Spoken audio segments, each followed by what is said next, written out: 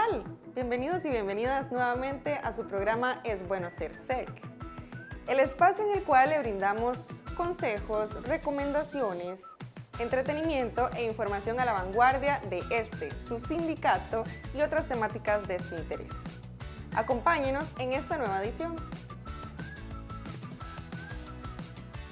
A continuación, en nuestro segmento Un Diálogo SEC, vamos a conversar con los compañeros de la Junta de Pensiones del Magisterio Nacional, quienes nos vienen a alertar sobre información que tanto usted como su familia debe de conocer respecto a algunos proyectos de ley que están actualmente o bien se discuten en la Asamblea Legislativa y que atentan contra los regímenes de pensiones de los cuales hoy goza nuestra afiliación.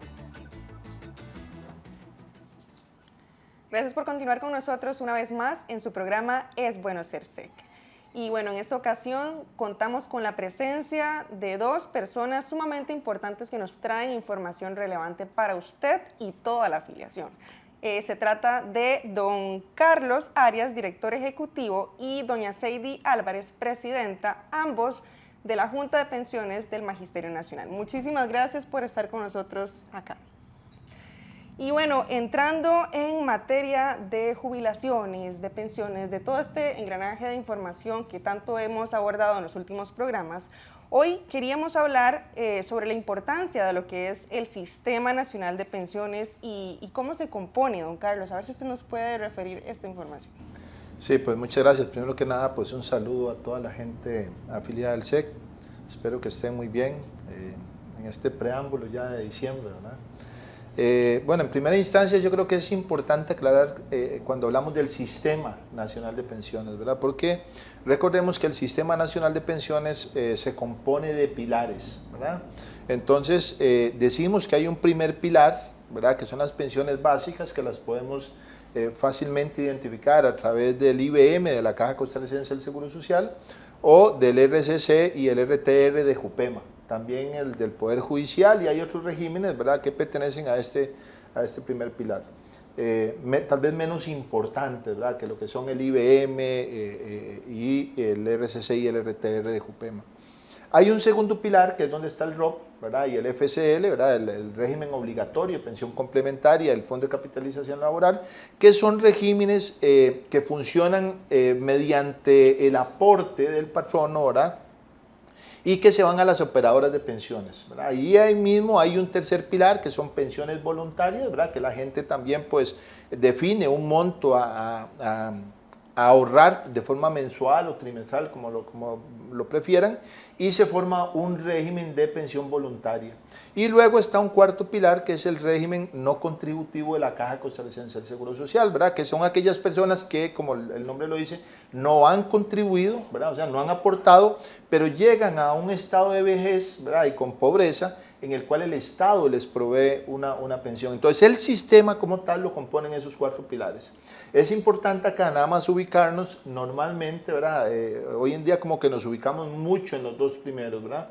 La pensión esta básica, que es del IBM, la pensión esta básica, que es de JUPEMA, y el segundo pilar, que es el régimen obligatorio de pensión complementaria, que hay proyectos de ley, que se ha habido discusión, ¿verdad?, etcétera, etcétera.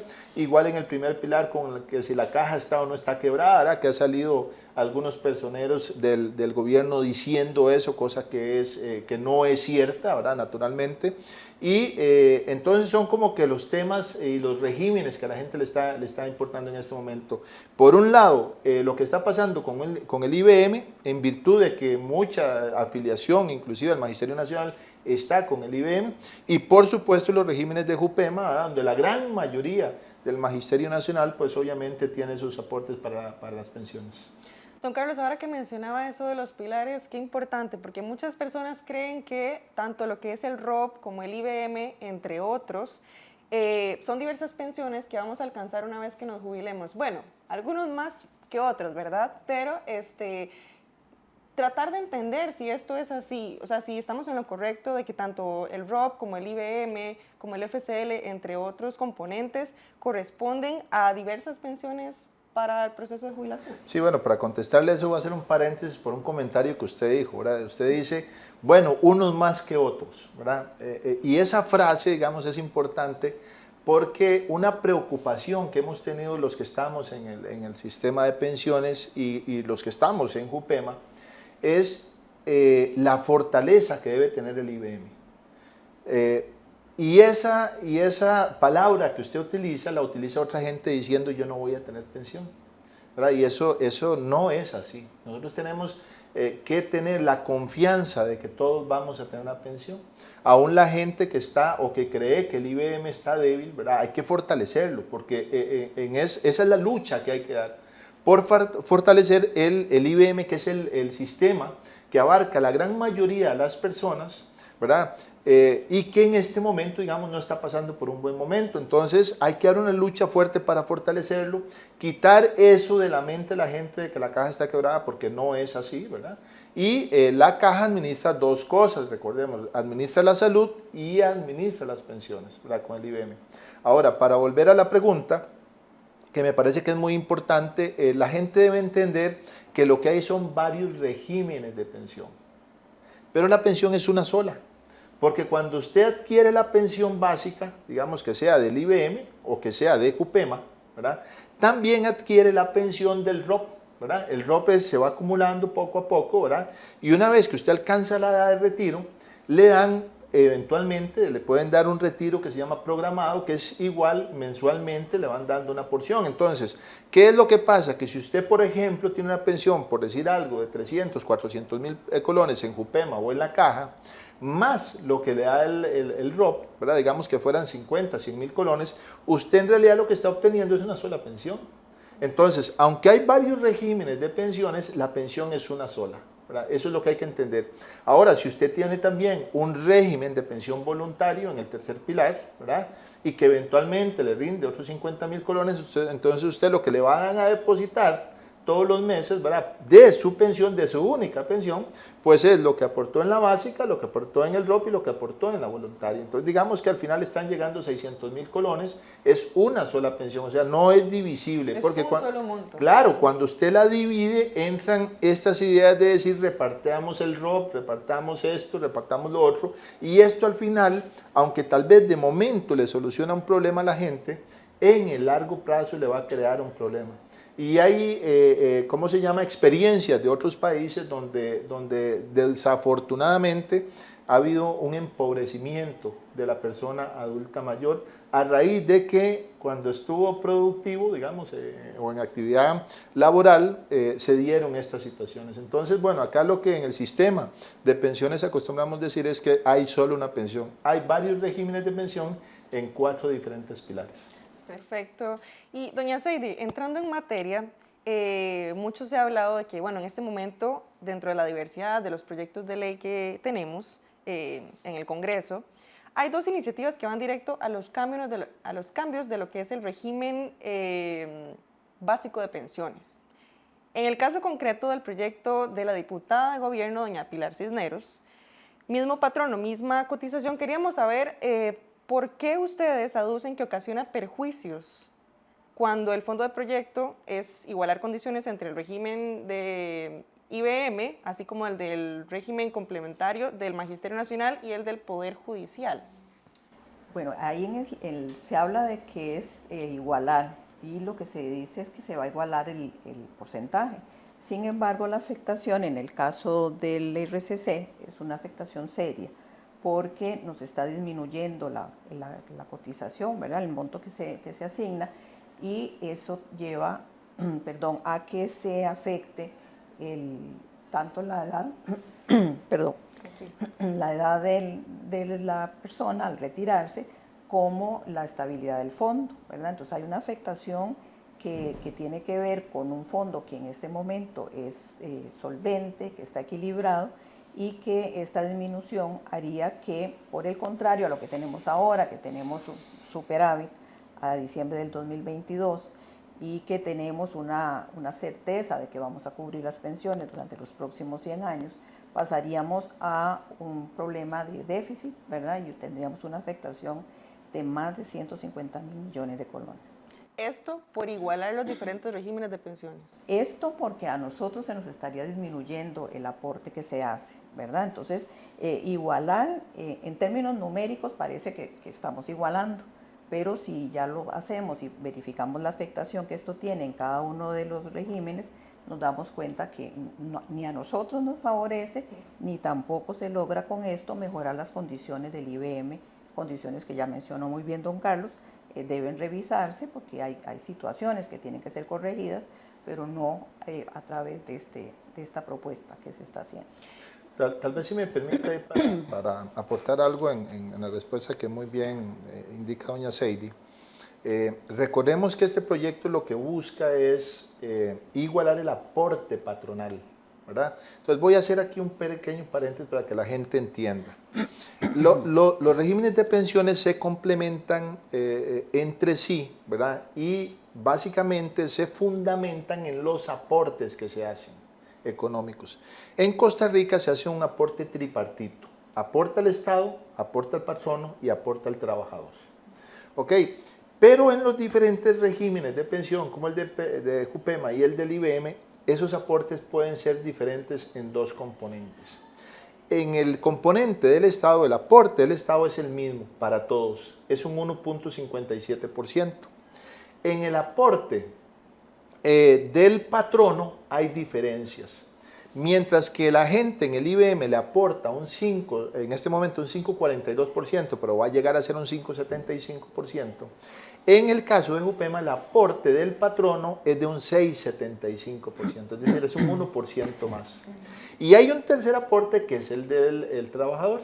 El trabajador en el IBM aporta un 4,17%. Mientras que en Jupema aporta un 8%, es casi el doble.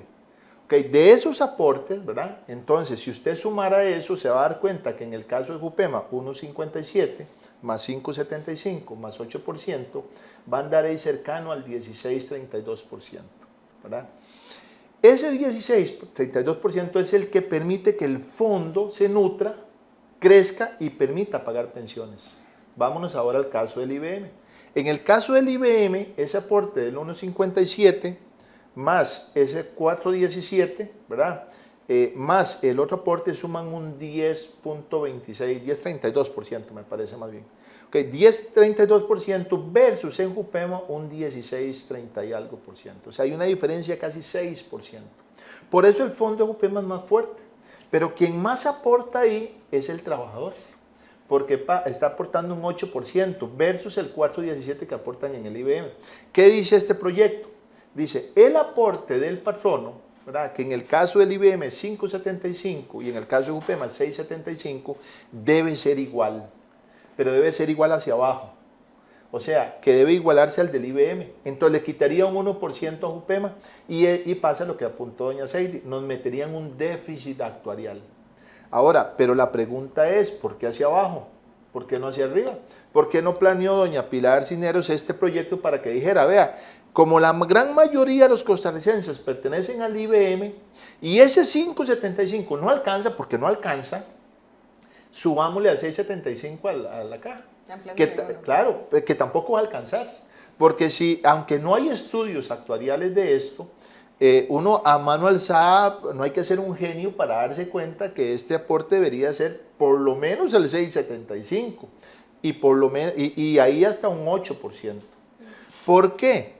Porque ya han salido personeros del IBM a indicar que no es posible sostener el sistema y que inclusive lo que se pensaba que iba a pasar en el 2037 está pasando ya, en el 2023, 2024. Es decir, en este momento, si el gobierno no aporta lo que debe aportar, la deuda que tiene, ellos se van a ver obligados a tomar de la reserva actuarial. Entonces, ese 5,75 que habla Pilar Cisneros, que quiere bajar a Jupema al 5,75, mete a Jupema en un déficit actuarial y no resuelve nada. Y adicionalmente yo quisiera recalcar el hecho de que de no tener esa posibilidad, también Jupema se vería obligado a modificar su perfil, ¿verdad? Entonces estaríamos hablando de que la persona ya no se puede pensionar con la edad actual, sino que habría que hacer un ajuste para poder compensar esa diferencia que se da. Entonces hay una afectación múltiple, ¿verdad? No solamente en la parte financiera o actuarial. Y perdón que aclare ahí para terminarle la idea, porque me parece que son aportes muy valiosos que la gente debe entender.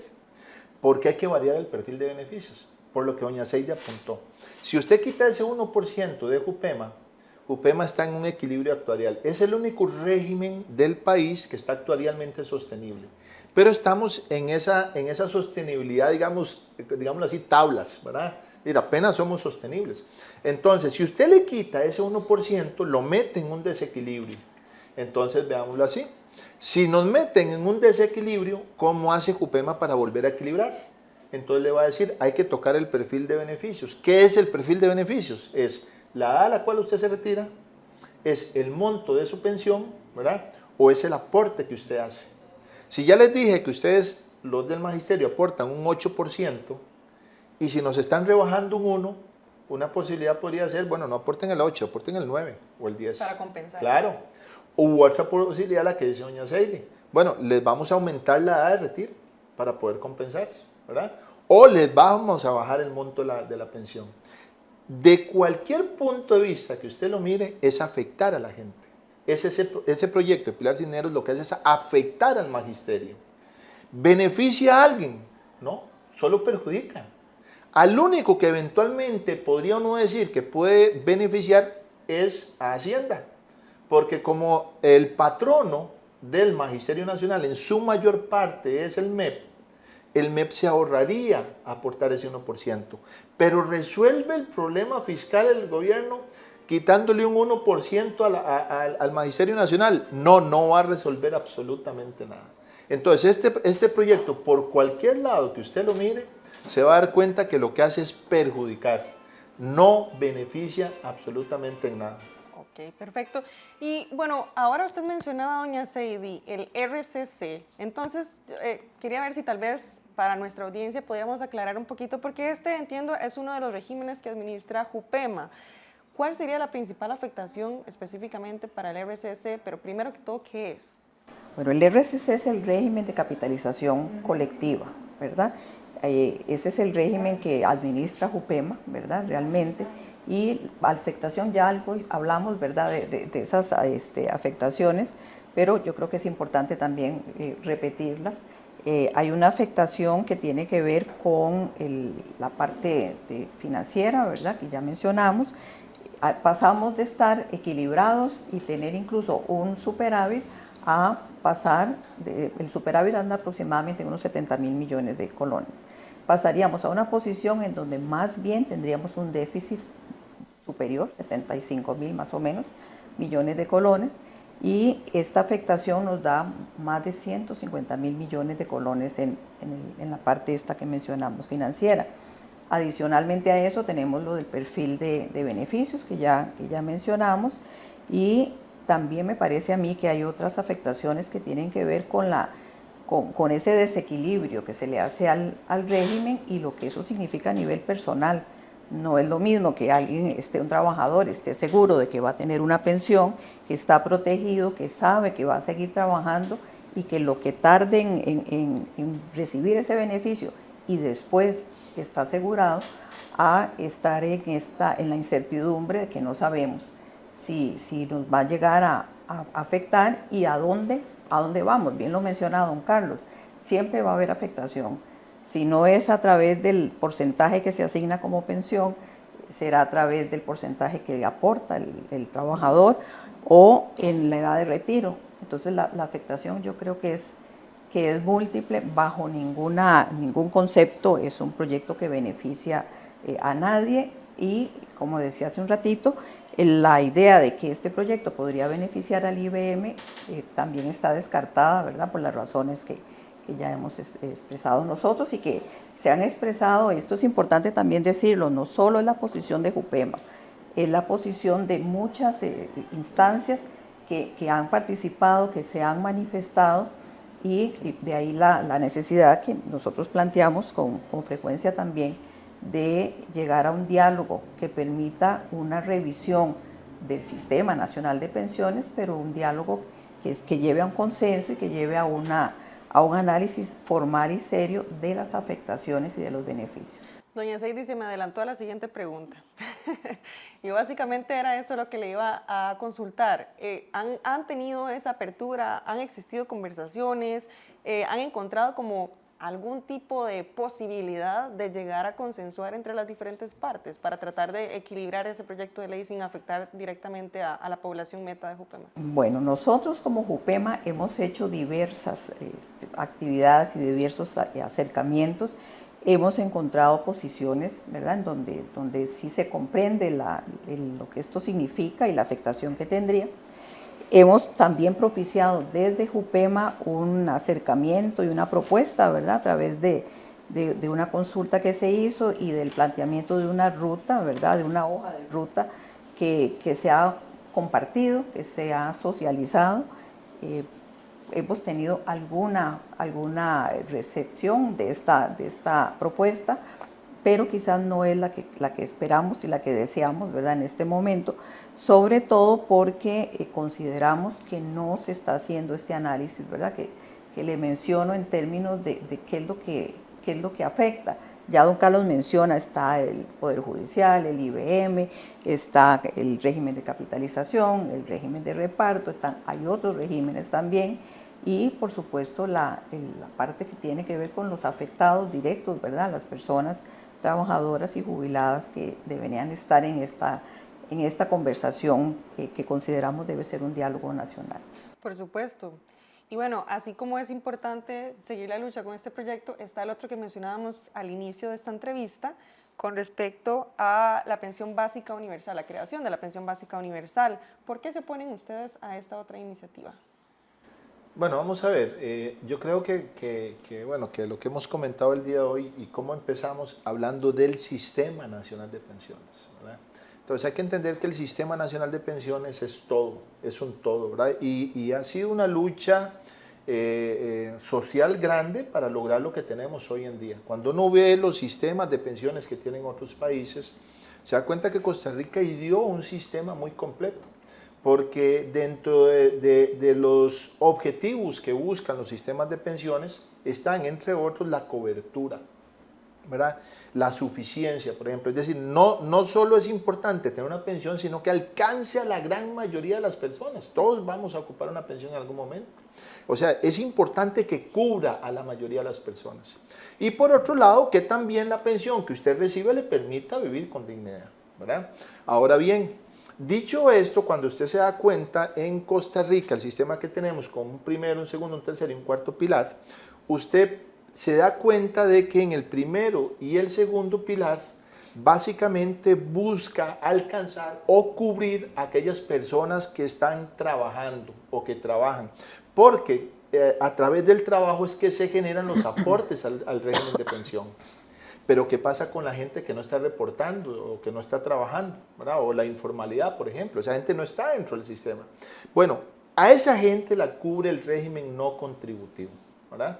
Porque aunque no han contribuido, si llegaron a esa edad de adultos mayores en pobreza extrema, se les da esta pensión. Ahora bien, este proyecto de ley tiene, digamos, como una justificación muy noble, muy bonita, ¿verdad?, y muy romántica también, ¿verdad?, porque dice una pensión básica para todo el mundo. Suena lindísimo, ¿verdad? Suena hermoso. Pero vamos a ver, el tema es cómo busca lograr ese objetivo, ¿verdad? Y es casualmente otra vez hablando del aporte, de ese aporte tripartito, de que ese aporte del Estado, que es el 1,57%, permita financiar esa pensión básica universal. Entonces acá la pregunta es, bueno, si los regímenes de pensión básico, ¿verdad?, el IBM, el RCC, el RTR, el del Poder Judicial, vivimos de ese aporte tripartito, ¿qué pasa si usted me quita uno? ¿Verdad? O me lo disminuye. Pasa lo que apuntaba doña Celia hace un ratito, entramos en otro déficit actuarial. Entonces, si suponemos que nos vayan a quitar ese 1,57 de ese proyecto, más el 1% de este proyecto de Pilar Cisneros, estamos hablando de un 2,57 menos para el RCC, ¿verdad? ¿Y qué les hablaba al principio? De que si usted suma eso da un 16,32, bueno, ahora quítele 2,57, estamos hablando de un 15,80 y resto. Con ese 15,80 y resto no es posible garantizar una pensión como la que estamos garantizando. Habría que bajarla. Es otra afectación para el Magisterio Nacional. Este proyecto tiene otro montón de afectaciones más, o sea, podría hablarles, por ejemplo, de que el proyecto como tal dice que esta pensión básica universal no es sucesoria. ¿Qué significa eso? Que la persona, si fallece, no se le puede suceder a los hijos, a los huérfanos o a las viudas o al viudo, ¿verdad? Entonces, aquí hay un componente de afectación al sistema solidario de la pensión. Es decir, cuando usted ve estos proyectos, como este 23733 de Pilar Cisneros, que no beneficia a nadie, que afecta al magisterio, cuando usted ve este proyecto de don Rodrigo Arias, ¿verdad?, de pensión básica universal, que lo que busca es un propósito bueno, que ya el sistema lo tiene, porque el sistema cubre inclusive a los que no están aportando de forma con su trabajo, ¿verdad?, los que están en la informalidad. ¿A través de qué? Del régimen no contributivo. Entonces, ¿qué es lo que uno podría decir acá? Bueno, ¿para qué complicarnos? Denle en plata al régimen no contributivo y cubren a más gente. En este momento hay 20.000 personas adultas mayores sin pensión, en pobreza, haciendo fila para que le den una pensión del régimen no contributivo. Entonces, ¿qué es lo que está faltando? En realidad, financiar esas pensiones que permitan cubrir a aquella población que está en una situación difícil, ¿verdad? Este proyecto tiene como le digo, otro montón de circunstancias que uno puede cuestionar, ¿verdad? Por ejemplo, básicamente, como está redactado el proyecto, lo que le dice a usted, vea, usted su pensión, digamos la de Jupema, ¿verdad?, digamos que fueran 500.000 colones. Entonces, de eso una parte es pensión básica universal, la otra es su pensión básica. ¿Le están aumentando la pensión? No, no se la están aumentando, es la misma pensión, solo se la están dividiendo en dos. Pero le están diciendo, vea, si usted se va a vivir afuera, pierde esa pensión básica. La básica. La básica, la universal. Entonces, quiere decir que usted tenía antes una pensión de 500.000 colones y si se va a vivir afuera le quitan esa pensión básica universal, que es suya, ¿verdad? ¿Y de cuánto es? 82.000 colones en este momento, porque la equipara a la del régimen no contributivo, que en este momento son 82.000. Es decir, usted pasaría de una pensión, si se va a vivir afuera, de 500.000 a 422.000 pesos, por ahí, 18.000 colones. O sea, le disminuye. Y además dice, ¿verdad?, si acaso, por A o por B, porque esa la administraría la caja, si por A o por B el que administra no tiene la capacidad de pagar el 13º mes, ¿verdad?, el aguinaldo, no le va a pagar esa parte. Entonces, usted antes que le llegaba un aguinaldo por sus 500.000 colones de otros 500, ahora le van a llevar 418. Pero si además usted se muere, quien vaya a suceder la pensión, no sucede los 500.000, sucede los 418. Es decir, no ve uno acá ninguna cosa que beneficie, pero además, y lo más importante, es que mete en un problema a los otros regímenes, incluido el del IBM, porque el IBM también recibe un aporte tripartito, también recibe del Estado, del patrono y del trabajador, y aquí estamos diciendo vamos a tocar el aporte del Estado, es decir, se lo vamos a disminuir. Entonces, si ya de por sí el IBM tiene problemas actuariales, imagínense cuál problema más grande va a tener. Y Jupema, que está en un equilibrio, lo mete en un déficit. Es decir, nosotros no vemos que estos proyectos de ley vengan a fortalecer el sistema de pensiones, lo vienen a debilitar. Y aquí, pues, es ineludible la pregunta que uno se hace, bueno, ¿qué es lo que se quiere acá? ¿Es debilitar o fortalecer el sistema de pensiones que tenemos en Costa Rica, que han sido gracias a luchas sociales muy importantes en Costa Rica? Y termino nada más diciéndole, estos son proyectos que uno esperaría que la superintendencia fuera a decir, esto no conviene al sistema, pero ha sido todo lo contrario, ha ido a decir, los apoyamos que se quite ese 1%, apoyamos que se quite o se cercene ese 1,57%. Uno esperaría de quien está supervisando y regulando el sistema de pensiones que busque siempre el fortalecimiento, pero un fortalecimiento real.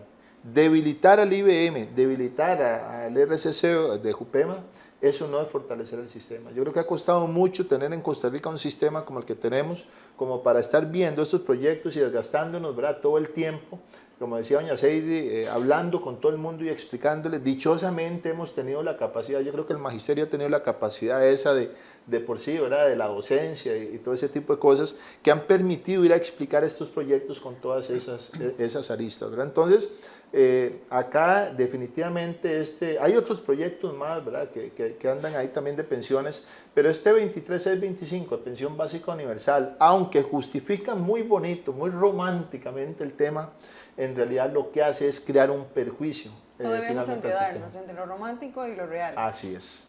Y ahora usted mencionaba, para terminar de cerrar la idea, la afectación no solo en este caso a las viudas o a los cónyuges de las personas trabajadoras, sino creo también afectaría a las personas de cuidado por algún tipo de discapacidad que obviamente van a depender de esos dineros, de esas pensiones, de esas jubilaciones, ¿verdad? Claro, bueno, aquí es lo que decíamos, recordemos que el primer pilar, que eso es importante diferenciarlo, ¿verdad? El primer pilar tiene un componente solidario. ¿Por qué decimos que es solidario? En primer lugar, porque la gente aporta hoy, la gente que está trabajando está aportando hoy para pagar las pensiones de la gente que está pensionada hoy. La gente que va a trabajar mañana aporta para pensionar a la gente que está trabajando hoy, ¿verdad? Entonces hay un tema ahí solidario. Y el otro componente solidario importantísimo es que la gente tiene que entender que usted está expuesto a cualquier situación. Conforme pasa el día, está expuesto a cualquier situación. Por ejemplo, hay gente que ha quedado inválida yendo para su trabajo, o que ha fallecido yendo para su trabajo. Entonces, pero esa gente no terminó de cumplir las cuotas para pensionarse. Es decir, una persona que quedó en un estado, una situación, digamos, de invalidez, no terminó, ¿verdad?, de tener todas las cuotas para pensionarse. Bueno, el sistema le dice, bueno, en esta condición, todo el resto aporta para que usted se pensione hoy, porque usted ya no puede trabajar. Entonces, usted va a tener una pensión a partir del momento en el cual usted entra en ese estado de invalidez. Ahí hay un componente solidario. Y el otro componente solidario también ahí es el tema del fallecimiento, ¿verdad? Es decir, una persona está trabajando, fallece el día de hoy, de repente quedó una viuda, quedaron huérfanos, ¿verdad? ¿Cómo se sostienen? Bueno, se da una pensión sucesoria de esa persona que tampoco terminó de tener las cuotas, pero hay una familia que está en una necesidad. Ahí hay un componente solidario. Esa solidaridad es la que vemos peligrando con estos proyectos, con este 23733 y con este 23625. Doña Seidy, entendemos perfectamente la afectación en materia económica y todo lo que esto deriva, digamos, para las familias costarricenses una vez que se llegase a aprobar estas iniciativas. Pero tanto la de pensión básica universal como la de doña Pilar Cisneros, ambas hablan de, o van orientadas hacia el aumento de la edad de retiro. Aquí nos entra la duda de cuál podría ser el inconveniente de aumentar esa edad de retiro en las personas trabajadoras. Bueno, todos sabemos que estamos justamente en el Magisterio Nacional y conocemos el esfuerzo que significa estar, no sé, muchos años, ¿verdad?, al cuidado de nuestro bien más valioso, ¿verdad?, de los niños, de los muchachos. Yo misma soy educadora y sé lo que eso significa, pero particularmente yo rescato el gran esfuerzo que deben hacer, ¿verdad?, las personas que trabajan en educación y lo que significa, aún con la mejor disposición y con toda la buena intención, hay un desgaste natural porque es un proceso bastante serio, de muchísima responsabilidad, de muchísimo esfuerzo. Creo que cada día se le pide más a la persona educadora y creo que la afectación más importante tiene que ver con su propia calidad de vida, ¿verdad? La calidad de vida del educador que en el camino va perdiendo poquito, ¿verdad?, de su vida en este esfuerzo y lo que hace es trasladarla a los niños y a los muchachos con los que trabaja.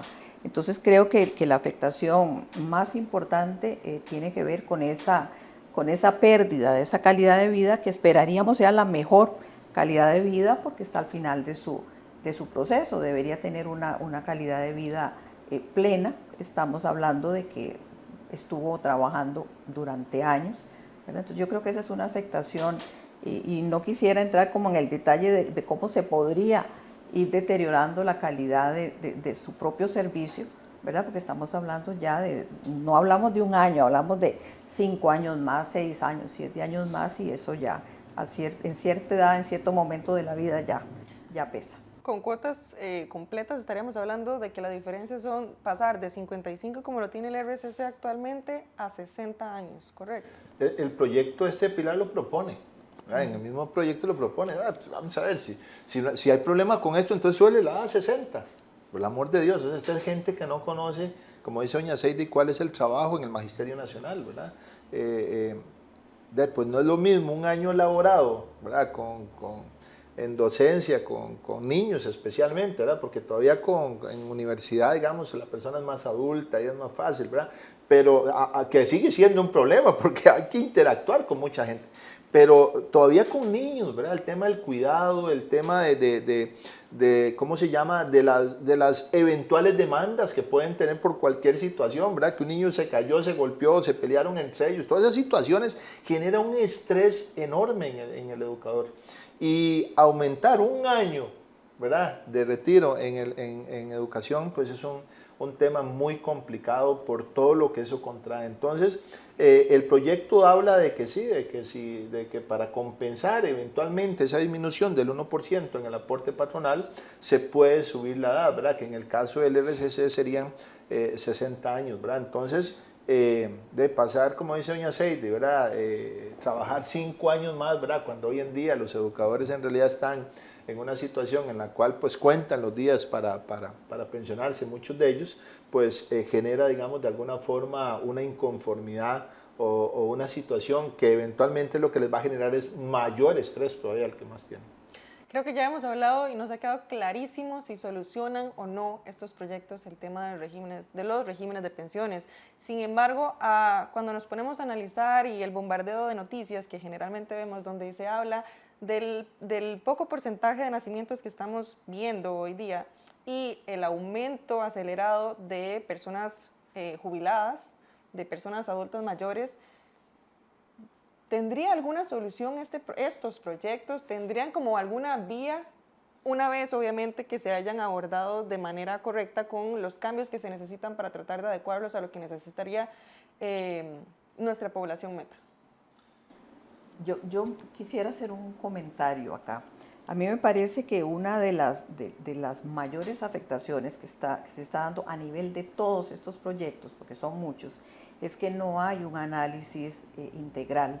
Entonces, don Carlos explica un proyecto y la afectación que tiene, explica el otro proyecto y la afectación que tiene, y bueno, cuál es la afectación de ellos dos juntos y de todos los otros que hay, ¿verdad? Porque hay otros. Entonces, sería muy importante, pienso yo, para tener un marco, para poder opinar con información, ¿verdad? Claro. Que digamos, bueno, vamos a traer a todos los actores que estamos involucrados, todos los que se van a beneficiar, si hay alguien que se beneficie, y todos los que se van a ver afectados, y vamos a poner todos los proyectos, vamos a poner lo que aportan, lo que afectan, y mínimo, ¿verdad? Tendríamos un balance, a ver cómo hablamos, y también creo yo que ayudaría mucho a no atomizar propuestas, porque si nos aprueban una y después nos aprueban la otra y después aprueban otra, bueno, y la afectación de las tres juntas es mucho más que el problema que se quiso resolver, pero eso no lo sabemos. Cuando hablamos de la edad de retiro, el proyecto dice pasar a 60, pero no hay ningún estudio que nos diga ese es la cantidad o eso es lo que cubre la afectación. No sabemos tampoco cuál es el monto, por lo menos no en el proyecto no está estipulado. Entonces yo creo que sería muy importante contar con ese mapa, ¿verdad?, de posibilidades para poder hablar y defender, si es que alguien podría defender estos proyectos. Tal vez con ese tema, yo creo que doña Seidi apunta algo que hemos dicho muchas veces, ¿verdad? Debería generarse un diálogo nacional si se quiere reformar el Sistema Nacional de Pensiones. Porque vean, un sistema de pensiones usted lo puede reformar de varias formas, ¿verdad? Una forma es haciendo reformas paramétricas. ¿Qué es esto? Bueno, más edad, menos pensión, mayor aporte, ¿verdad? Esas son reformas que llaman paramétricas, ¿verdad? Y está la reforma integral del sistema, ¿verdad?, que ya tiene otros componentes. Vea, y este proyecto 23625 dice, adiciones a un régimen de pensión nuevo, que es el régimen de pensión básica universal. O sea, ahí están reformando claramente el sistema a través de un proyecto de ley. Esto no es una discusión de unos pocos, es que es una discusión país, donde la gente que está metida en todos los temas sociales tenga participación, igual que la gente que está metida en los temas financieros y en los temas políticos, y por supuesto, todos los patronos deben tener una participación en esta discusión. Porque vean, uno lo que siente con estos proyectos es que nos están llevando de la mano, ¿verdad? De la mano, así como cuando llegan un chiquito jalado, ¿verdad? Obligado prácticamente hacia un sistema que no es el que Costa Rica tiene. Es un sistema que en otros países lo que se ha hecho es que se ha eliminado este tema solidario de las pensiones, que es lo que estamos advirtiendo y que es lo que vemos acá. Eliminan la solidaridad y pasan a un sistema de que sálvese el que puede. El que puede ahorrar, ahorra. ¿Cómo? A través del segundo pilar. Porque el segundo pilar no tiene ningún sistema solidario. Es decir, si usted se murió, hacen corte ahí, cuánta plata tenía y se le entrega a los beneficiarios, ¿verdad? Si usted quedó en invalidez, se hace un corte ahí, usted lo que tiene es esto, ver cómo hace para que le alcanza, ¿verdad? Entonces, así es como funcionan otros países. Cuando usted pone en peligro el primer pilar, que es esa pensión básica, que es solidaria, está condenándose a ir a un sistema capitalista 100%. Es decir, que el que puede capitaliza y tiene. El que no puede, ve a ver cómo hace. Y hay experiencias, y esto lo hemos dicho en varios lugares. Por ejemplo, la experiencia chilena, cuando elimina estos sistemas de reparto, o sea, la pensión está básica, y pasa a un sistema de capitalización colectiva, que es como decir aquí el ROP, ¿verdad? Ellos allá pues le tienen otro nombre, ¿verdad? Pero bueno, pasan a ese otro sistema, ¿verdad? Y lo que ha pasado en Chile es que se dieron cuenta que esto en el largo plazo empobreció a la población. Tanto así que hoy hay millones, no estoy hablando de miles, de millones de chilenos en estado de pobreza extrema. Y gente adulta mayor que ya no tiene la capacidad para generar, y aún así están viendo a ver cómo hace para generar algún tipo de ingreso. Pues les termino el comentario diciéndoles que hoy en día Chile está discutiendo un proyecto de ley para volver al sistema de reparto porque se dieron cuenta que era malo. Y complementarlo con ese sistema. Es exactamente lo que Costa Rica tiene. Chile en este momento tiene una pensión básica universal que nosotros la podemos emular con este régimen no contributivo, que lo que hay que hacer es fortalecerlo. Tienen una pensión complementaria, que es la misma que tenemos acá, pero no tienen la pensión básica. Esa pensión básica es la que le permite a la gente, una vez que se jubila, se pensiona, ¿verdad? Se retira, tener un ingreso que le permita vivir con algún grado de dignidad financiera, es decir, que pueda tener algún... Entonces, acá efectivamente lo que estamos viendo es que si usted quiere hablar de esto, necesariamente debería hablar con mucha gente. Que estén los patronos, que estén los políticos, que estén todas las organizaciones sociales, ¿verdad? Que estén las operadoras de pensiones, que estén los que están en este momento manejando, digamos, esa parte financiera que permite la sustentación de las pensiones. Es decir, debe haber un diálogo nacional para poder hablar del Sistema Nacional de Pensiones y para poder eventualmente fortalecerlo, nunca debilitarlo. Porque esto, insisto, es la posibilidad de que en el futuro la gente adulta mayor tenga una posibilidad. Y nada más le termino la idea que usted plantea.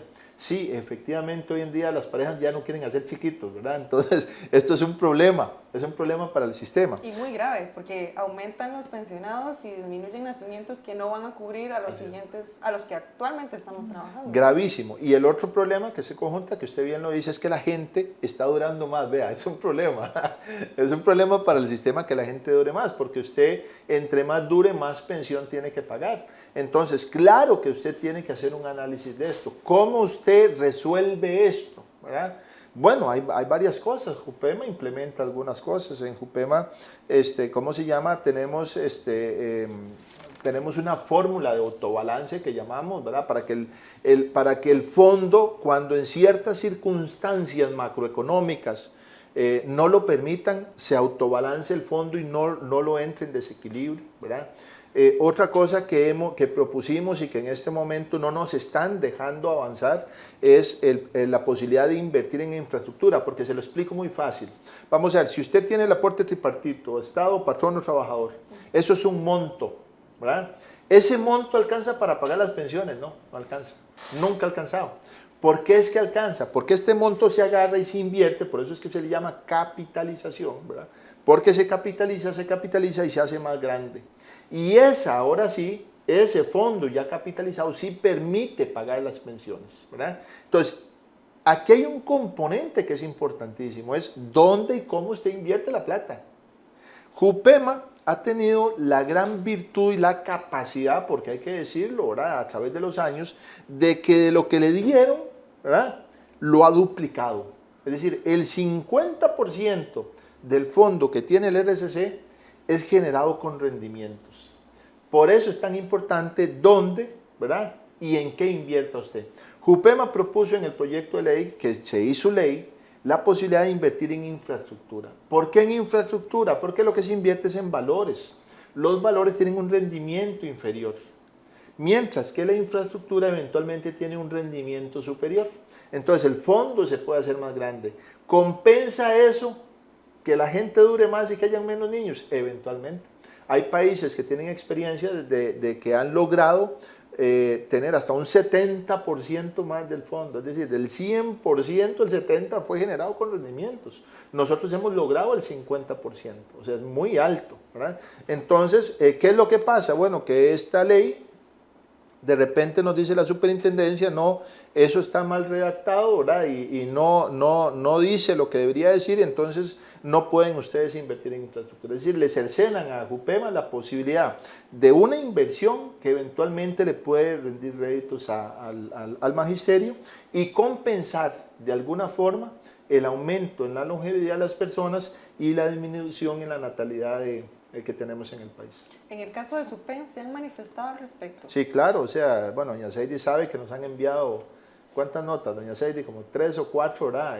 Por más que les hemos explicado, les hemos dicho, ellos no nos han dicho no, eso no lo aceptamos. Y bueno, en el caso de Jupema hay que entender que somos supervisados, es decir, tenemos que obedecer, digámoslo así, porque si no estaríamos en un desacato de la ley y eso nos metería en un problema legal, ¿verdad? Y entonces, pues lo que nos toca ahora, nos corresponde ahora es ver si hacemos un nuevo proyecto de ley para poder corregir esto o eventualmente, ¿cómo se llama?, hacer una interpretación auténtica que le llaman, que en realidad es otro proyecto de ley. Y todo lo que implica llevar un proyecto de ley a la Asamblea Legislativa todos los años y todo el trabajo que hay que hacer para lograr eso, cuando ya lo habíamos logrado. Y doña Seidy, a ver, ya hemos puesto sobre la mesa las principales afectaciones y cuáles son tal vez los pasos que debería de tomar la administración pública para revertir el avance de este tipo de proyectos, pero en el ínterin, como trabajadores, ¿qué podemos hacer? O sea, ¿cuáles son como, qué podemos hacer para mejorar? ¿Cuáles son esas acciones principales que ustedes a nivel de Jupema podrían recomendarle a este público meta que tenemos? Bueno, el trabajador yo creo que tiene que estar informado. Esa es la primera digamos, condición. Debe informarse y debe informarse bien en las fuentes que corresponden, ¿verdad? Informarse de manera sana, buscar información, pero también debe manifestarse, ¿verdad? Debe hacer del conocimiento de la administración cuál es su posición y dónde se afecta. Y yo creo que ahí para ello los trabajadores de la educación cuentan con sus organizaciones y con sus gremios, ¿verdad? Que los mantienen informados, pero que también en muchas ocasiones les llaman a colaborar, a participar en algunas manifestaciones públicas, ¿verdad? Que es lo que podemos hacer. Y a veces nos quedamos en la casa, ¿verdad? A veces esperamos que otra persona tome la posición y que resuelva. Yo creo que es importante informarse, pero también manifestarse y hacer ver que la situación no es fácil. Los proyectos que están en este momento en la mesa nos afectan a todos, y yo creo que hay que considerar esta situación como una situación de emergencia, ¿verdad? Porque es un momento en donde estamos siendo bombardeados de proyectos que no tienen la condición que ayudaría al trabajador de la educación, y me parece que por ahí va la línea, ¿verdad? Doña Seidy, don Carlos, muchísimas gracias por acompañarnos acá en un programa más de Es Bueno Ser SEC, pero no nos vamos sin antes brindar el espacio para algún comentario final con su investidura como presidenta de JUPEMA, y también si alguno de ustedes que nos está viendo tiene alguna consulta específica, ¿dónde pueden contactarlos? ¿Cuáles son esos canales para poder hacerles llegar las dudas que pueda tener nuestra afiliación? Bueno, primero muchísimas gracias por invitarnos y por permitirnos este espacio. A mí me gustaría reafirmar estas palabras que tienen que ver con esa obligación de luchar por los derechos que hemos adquirido, ¿verdad? La seguridad social es un derecho que tenemos y que quizás disfrutamos hoy, y no tenemos conciencia de lo que costó llegar a este punto en donde nos encontramos. Entonces, ahora es nuestra oportunidad de defendernos, de manifestarnos y de hacer conocer que nosotros también somos importantes, hacemos un gran aporte al país desde la educación, y me parece que todos deberíamos pelear por el derecho que tenemos de ser reconocidos y que nos permitan tener una pensión digna, que nos permita vivir con calidad de vida.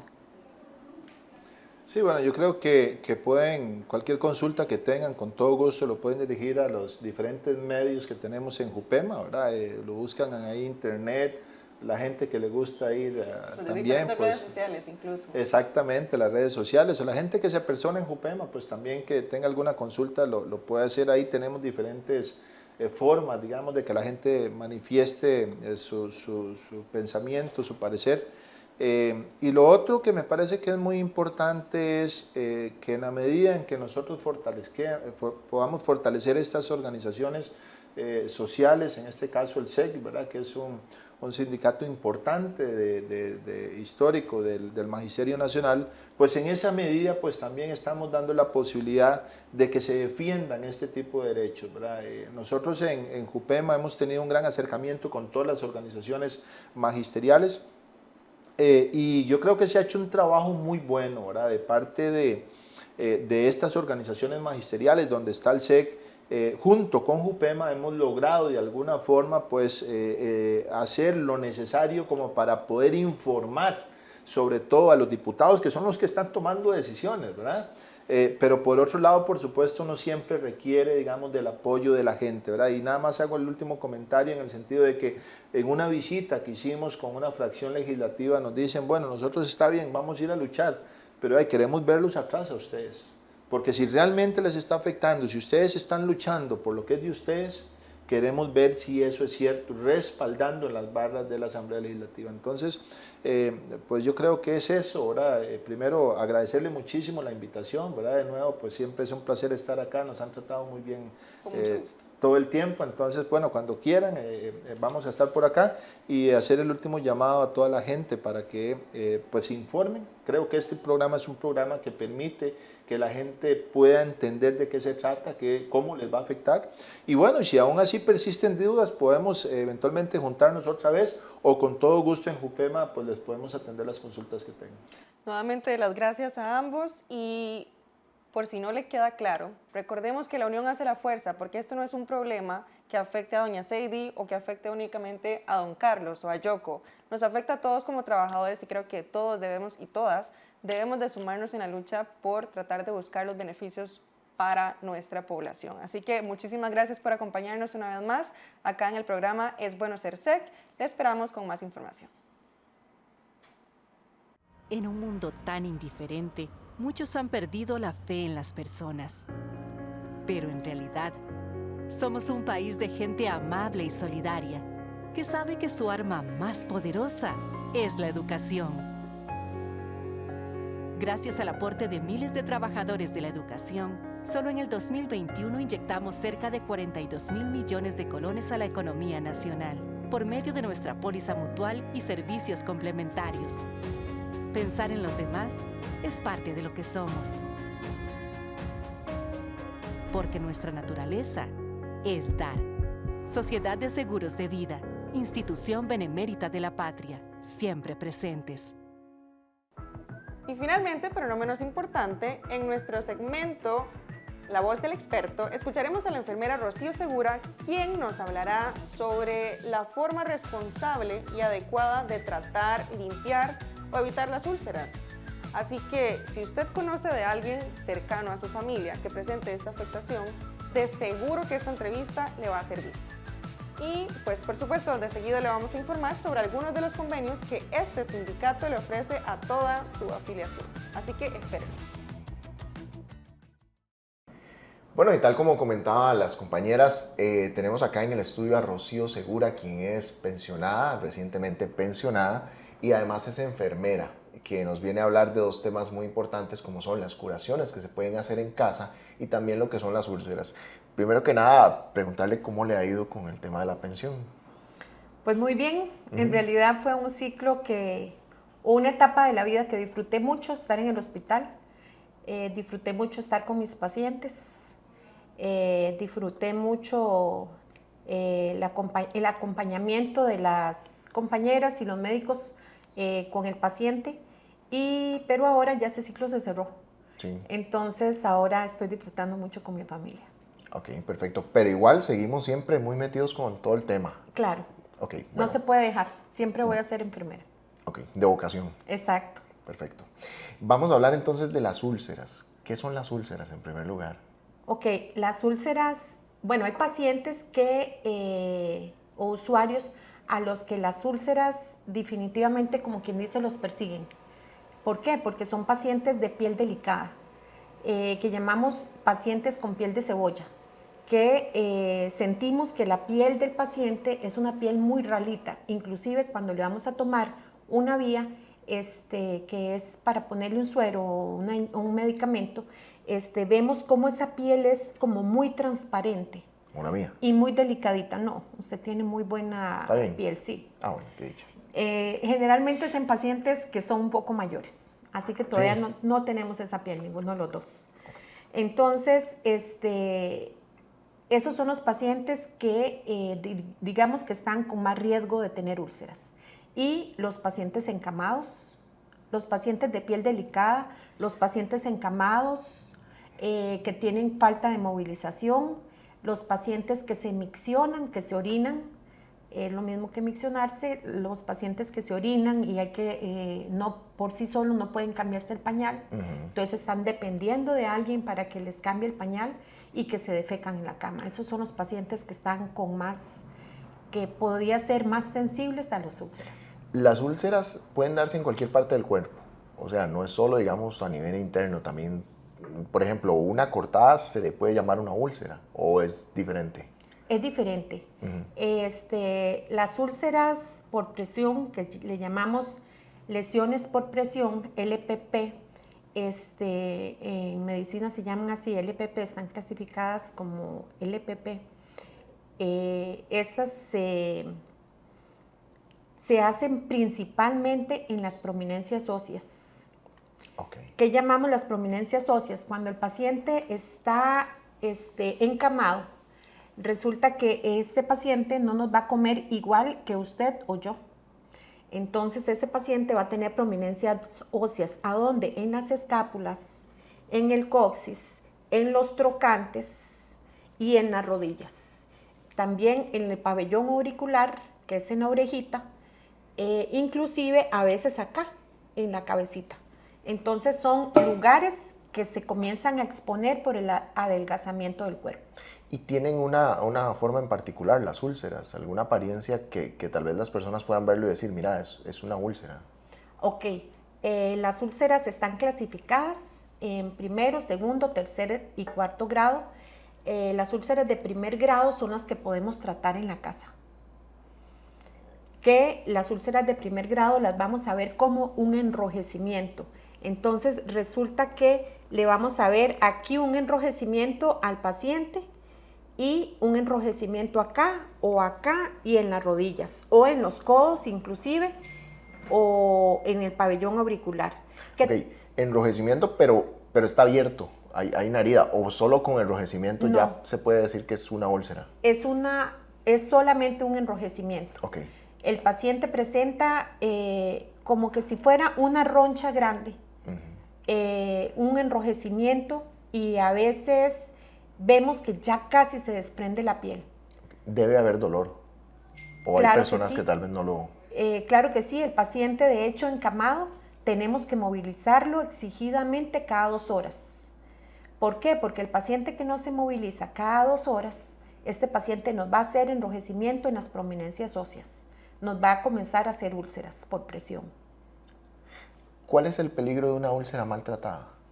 El peligro de una úlcera maltratada, eso significa que esa úlcera va a avanzar de primero hasta el 4º grado. ¿Qué pasa con una úlcera de 4º grado? Resulta que estamos hablando de una úlcera que involucra tendones y hueso, que hay exposición de hueso, que hay exposición de tendones. Estas úlceras tienen que ser, o sea, tenemos que evitarlas a toda costa y es muy fácil evitar las úlceras.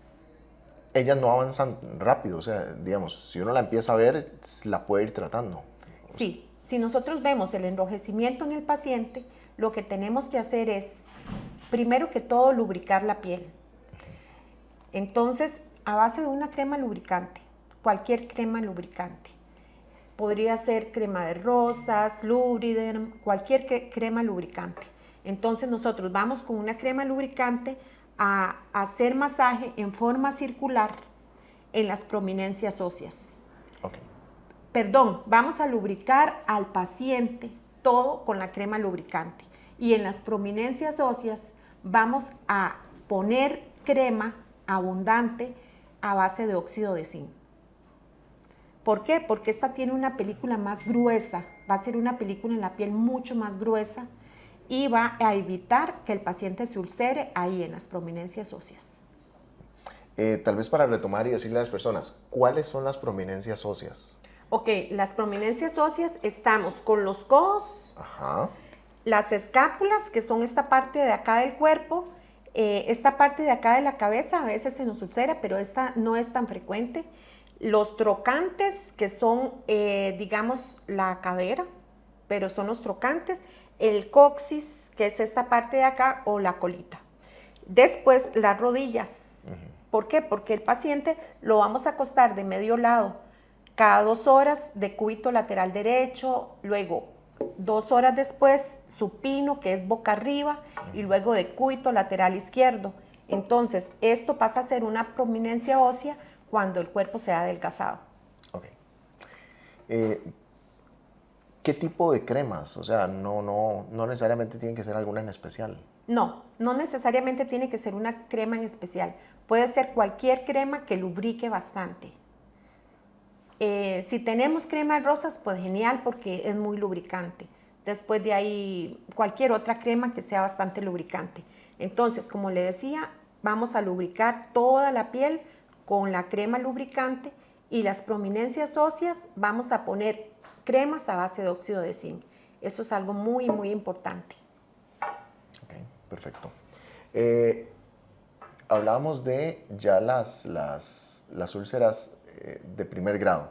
De primer grado, quedamos claros, las podemos tratar en la casa. Ajá. ¿Qué hacemos con las que ya van de mayor grado? Por ejemplo, ¿cómo sé yo que la que tengo ya es de un grado 2, por decirlo así, y qué tengo que hacer si veo una? Ajá. Ok, es cuando ya tenemos el desprendimiento de la piel. Cuando ya la piel se nos ha desprendido de la úlcera, ya decimos que es una úlcera de 2º grado. ¿Por qué? Porque ya están, por decirlo así, están comprometidas las áreas más profundas de la piel. Ya no está solamente la primera capa de la piel lesionada, sino ya estamos hablando de se está profundizando la úlcera. Entonces, ¿qué se va a presentar? Se va a presentar fibrina. La fibrina es una capita amarilla. Entonces vamos a ver como fibrina así alrededor de la úlcera, primero un enrojecimiento, que es la úlcera de grado 1, luego vamos a ver fibrina como carcomido la piel con un tejido amarillo. Y si ya vemos eso o vemos unas partecitas negras, tenemos que definitivamente trasladar al paciente a un centro hospitalario. ¿Por qué? Porque existen muchas cremas debridantes, tenemos en los hospitales, tenemos geles, tenemos cremas apósitos a base de plata, tenemos muchos apósitos que sirven para debridar una herida, una úlcera. Entonces, es necesario, a veces queremos dejarnos el paciente todo lo posible en la casa para darle bienestar, para darle comodidad, para que se sienta bien, pero a veces es necesario trasladarlo. Y cuando ya vemos que la úlcera se nos sale de las manos, debemos de trasladar al paciente. Las personas que tal vez, bueno, es muy común, hay señoras en las casas que agarran y dicen, ok, vamos a ponerle X mata, y van y traen sábila, van y traen esto, y le untan. Eso me imagino que es muy delicado. En realidad, vieran que nos topamos pacientes que los han tratado las úlceras con algún remedio casero. Y esto lo que va a hacer es entorpecer la cicatrización de la úlcera. ¿Por qué? Porque nos llegan al hospital con algo verde, no sabemos qué es, tenemos que cepillar esa parte donde está la úlcera, quitarle eso verde y le preguntamos qué es lo verde que trae. Ah, pues fue sábila que le pusieron al paciente. Entonces eso lo que hace es retroceder el tejido de cicatrización, atrasar el tejido de cicatrización. Okay. Entonces no se recomienda. No se recomienda nada casero. ¿Por qué? Porque si nosotros, como le repito, se nos escapa de la mano y ya definitivamente no logramos y vemos que la úlcera se hizo más profunda o comenzó a profundizarse, lo llevamos al centro hospitalario. Quiero contarles algo. Si nosotros lubricamos al paciente y le damos cambio de posición cada 2 horas, de la forma que les dije, de cúbito lateral derecho, de cúbito lateral izquierdo y en posición supina, cada 2 horas estrictamente, y lubricamos la piel, el paciente nunca se nos va a ulcerar. Nunca se nos va a ulcerar. No se nos va a ulcerar. Entonces, es muy recomendable esta práctica, porque si lo hacemos, no tenemos que trasladar a los pacientes al hospital. Esto aplica para personas encamadas, personas con alguna lesión y también chiquitos pequeños, ¿no? Por ejemplo, un bebé no pasa. Bueno, un bebé que se moviliza, si está encamado, pues tenemos que hacer el mismo procedimiento por alguna situación X que esté encamado. Pero en realidad es para pacientes que por algún padecimiento no pueden movilizarse. Ok, perfecto. Bueno, ahora pasemos al tema de las curaciones. Primero que nada, ¿qué tipo de curaciones se pueden hacer en casa? Ok, las curaciones que se pueden hacer en casa son aquellas en que, digamos, usted se cayó en la bicicleta y tuvo lo que llamamos un raspón, que eso es una escoriación, así lo llamamos nosotros. Entonces, ese raspón o escoriación lo que hace es limpiarse, tiene que limpiarlo bien y cuando digo bien, es bien de quitar todas las piedritas y todo lo que se ensució cuando se cayó y se raspó. Y quitar un tejidito amarillo que hay y quitar a veces hasta el grano, porque si no quitamos el grano y dejamos que quede prácticamente sangrando, esa se nos va a complicar y se nos va a convertir en una úlcera. Entonces a veces lo limpiamos con cuidadito y decimos, lo vamos a limpiar y apenas hacemos así, un poquitito, y para que no le duela, pobrecito, es que vea, ya va a llorar, pobrecito. Y queda con todas las piedrillas ahí. Y queda con todas las piedras y resulta que después se nos va a infectar, lo vamos a ver amarillo, que es la fibrina, después lo vamos a ver con necrosis y vamos a tener que llevarlo al hospital. Y lo único que necesitaba era una buena curación, desde el principio. Esas son lo que podemos curar en casa. ¿Qué otra cosa tenemos que curar en casa? Cuando, digamos, a usted lo operaron, aquí traje un bebé con una herida quirúrgica. No sé si logran ver bien la herida quirúrgica. Digamos que le hicieron una herida quirúrgica, ya sea en el brazo, en el estómago, donde sea. Yo la hice en el brazo, pero podría ser en cualquier lado. Entonces, esta herida, este pacientito, nos lo mandan para la casa para que nosotros lo curemos.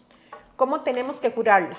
Ok, nos compramos un par de guantes, una caja de guantes de los que hay de los que vienen en caja, que son guantes limpios, no son guantes estériles. Entonces, esos guantes, agarramos un par, digamos que yo ya aquí me los puse, los guantes. Después, con los guantes puestos, tomamos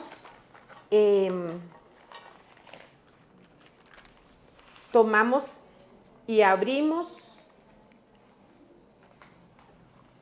la gasa de esta manera.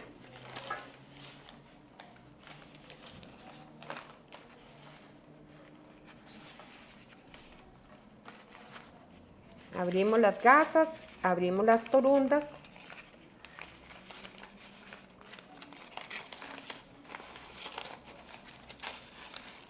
Vienen bien envueltas. Vienen bien envueltas. Parecen pañales. Y las vertimos encima de la otra gasa. ¿Ok? Y Ok, tenemos... estas son gasas también. Esos son gasas, pero se llaman torundas. Oh, ¿Cómo? Torundas. Torundas, ok. Torundas. Esa es la que es larga, que es con la que uno... ¿O no? No, esa es gasa en rollo. Gasa en rollo. Ajá. Estas son torundas, son bolitas que nos Se dan... nota que no sé el tema. Son bolitas que vamos a usar para la curación. ¿Ok? Tenemos una bolsita que es donde vamos a poner todo el material sucio o contaminado de la herida. ¿Ok? Digamos que él aquí tiene una gasa puesta. Entonces, con los guantes que tengo, que no son guantes limpios, que son guantes limpios, no son guantes estériles, sino son guantes limpios, que son los que vienen en la caja. Okay. Entonces, quito el apósito que está acá, con lo que me lo devolvieron en el hospital, quito el apósito, queda la herida expuesta. Entonces, ponemos agua en la torunda, ponemos agua y un jabón neutro. Las torundas son gasita enrollada, que es con la que va a absorber un poco más el líquido. Entonces, esta es la que vamos a usar para la curación. Entonces, compro un par de guantes limpios, que son los que estaba usando para servirme todo. Entonces, ahí con los guantes limpios, yo llego y me sirvo el agua, el jabón neutro, y luego me quito esos guantes limpios y me pongo un par de guantes estériles, porque voy a curar al paciente. Ok, nunca con el mismo guante que toqué esto, toco al paciente. No.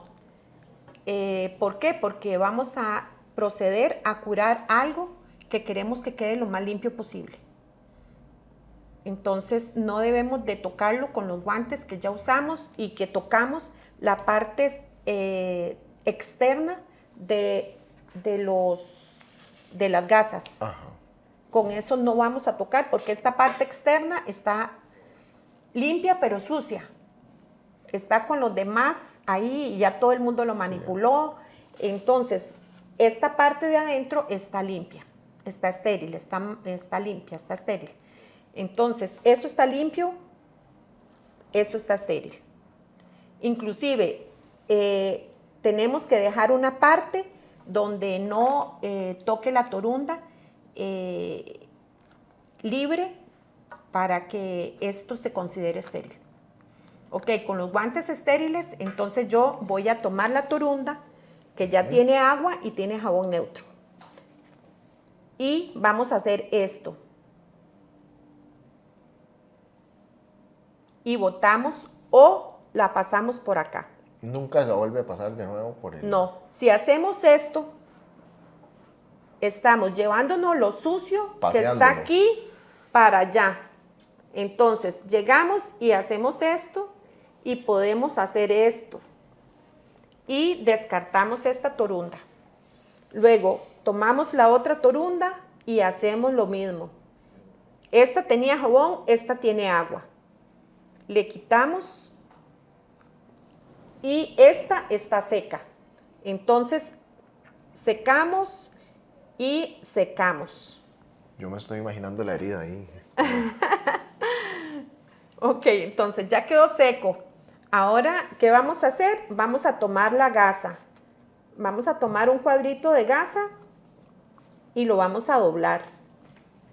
y lo vamos a poner sobre la herida. Y vamos a ponerle un pedacito de transporo.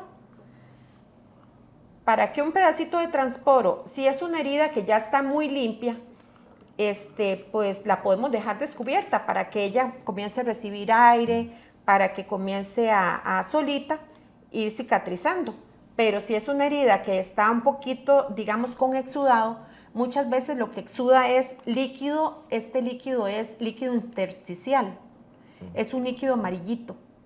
Entonces le ponemos transporo.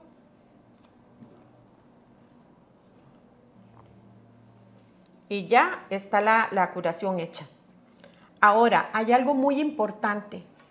Si tenemos la herida en el estómago, esta misma herida en el estómago del paciente, ¿qué tenemos que hacer a la hora de curar? Vamos a retirar esto y les voy a contar algo que es muy importante y que yo lo vi muchas veces en el hospital. Vamos a ponerlo aquí ya partiendo de que esta es otra herida, ¿verdad? Que está en el estómago. Resulta que nosotros tenemos a la hora de curar que con el guante manipular la parte de acá.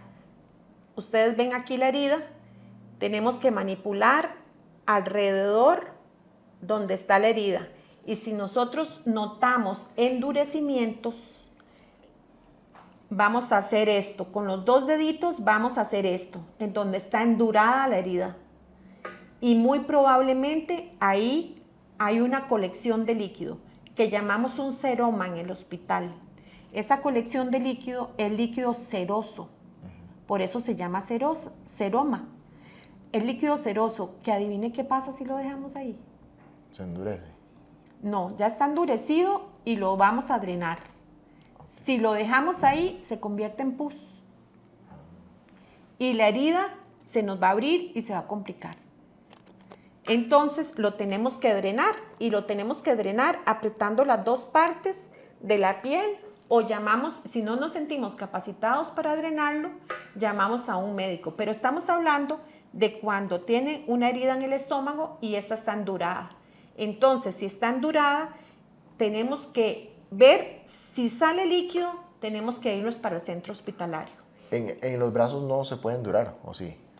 Generalmente no se hace colecciones de líquido. ¿Por qué? Porque hay menos tejido graso, menos tejido graso en los brazos.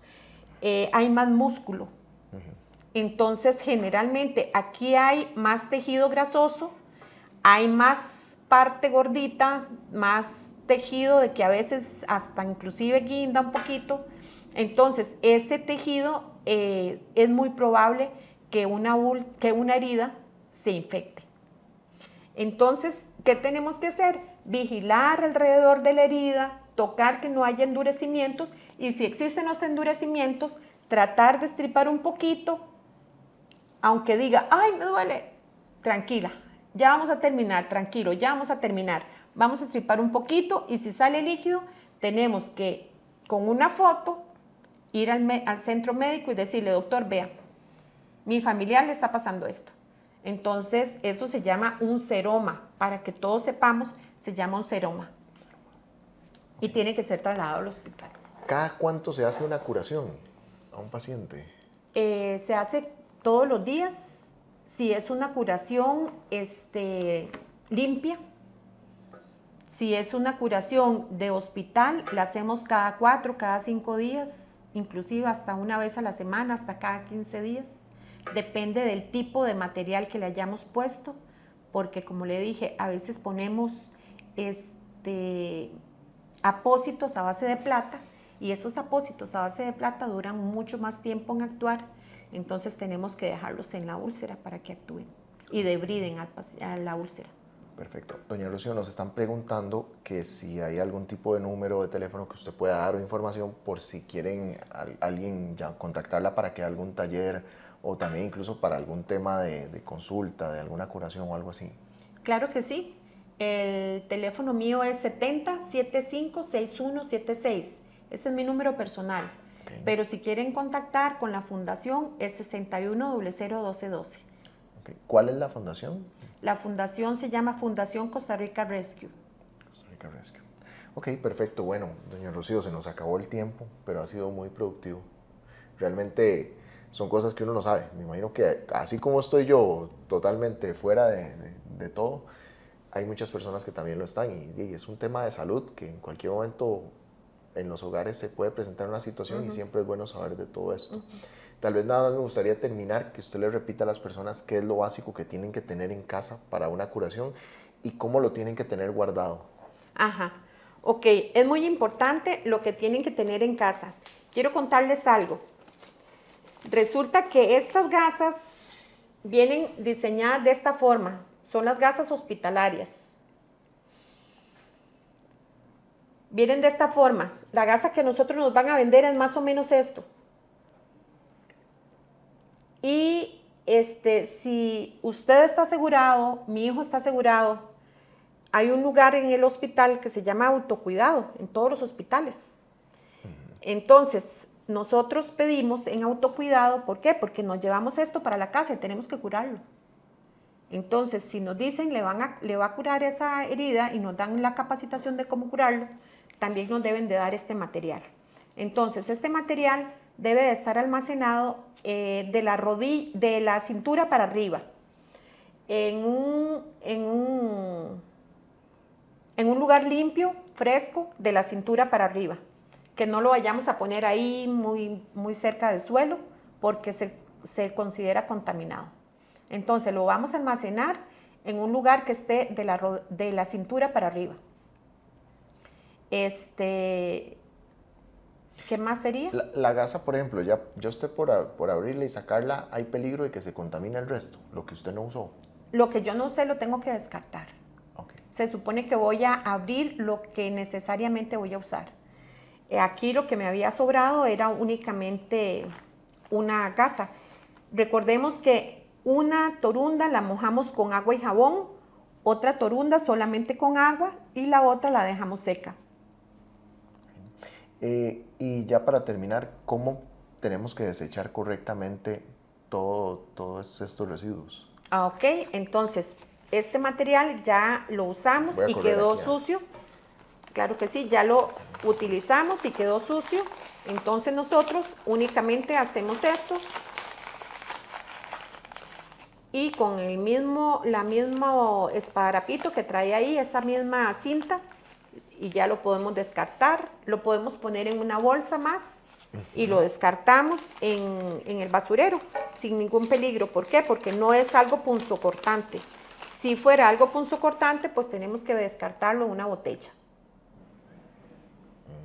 Si utilizamos ahí algo, qué sé yo, algún bisturí o algo para cortar, entonces en lugar de una tijera, lo descartamos en una botella. Perfecto, Rocío. Bueno, muchísimas gracias, de verdad. Acá estamos encantados y esperamos también tenerla pronto con algún otro tema. Ok, con muchísimo gusto, estamos para servirles. Bueno, entonces, después de este espacio tan productivo y tan informativo, vamos a ir a unos cortes comerciales y regresamos acá a nuestro programa Es Bueno Ser SEC. No, hombres, falta mucho. ¿Y si no llego a jubilarme? Mijita, ¿y si llegas? En Costa Rica la expectativa de vida es alta. Es mejor actuar creyendo que sí podrás jubilarte y que vivirás muchos años y muy buenos. Vida Plena, operadora de pensiones, te acompaña en la formación de tu pensión complementaria para mejorar tus recursos en la jubilación. Vida Plena, comprometidos con el bienestar de tu futuro. Gracias por acompañarnos una vez más en este programa, en el programa de mayor audiencia sindical en Costa Rica, Es Bueno Ser SEC.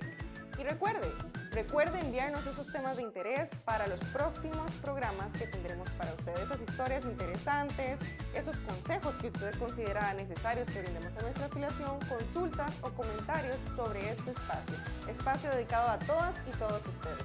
Hasta la próxima.